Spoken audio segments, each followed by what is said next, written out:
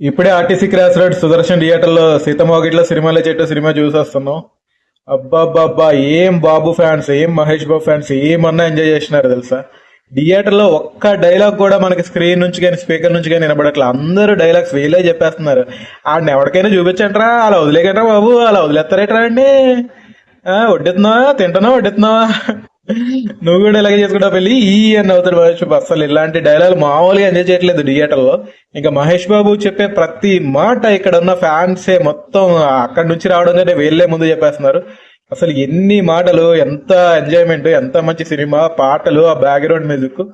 అసలు ఇలాంటి సినిమా మొదటిసారి రిలీజ్ అయినప్పుడు అంత పెద్ద ఏజ్ లేదు, మనకు అనుభవం లేదు, కానీ పెద్దగా ఎక్కడెట్ ఎక్కింది. కానీ చూడగా ఇది ఒక జీవితం. ఇలాంటి సినిమా మళ్ళీ మళ్ళీ రావు. అందులోని మహేష్ బాబు, వెంకటేష్ లాంటి పెద్ద స్టార్స్ కలిసి మల్టీ స్టార్ తీయడం, అది కూడా ఒక ఫ్యామిలీ ఎంటర్టైన్ చేయడం చాలా చాలా కష్టం. I lot enjoy today. అయితే సూపర్ గా ఎంజాయ్ చేసినాం.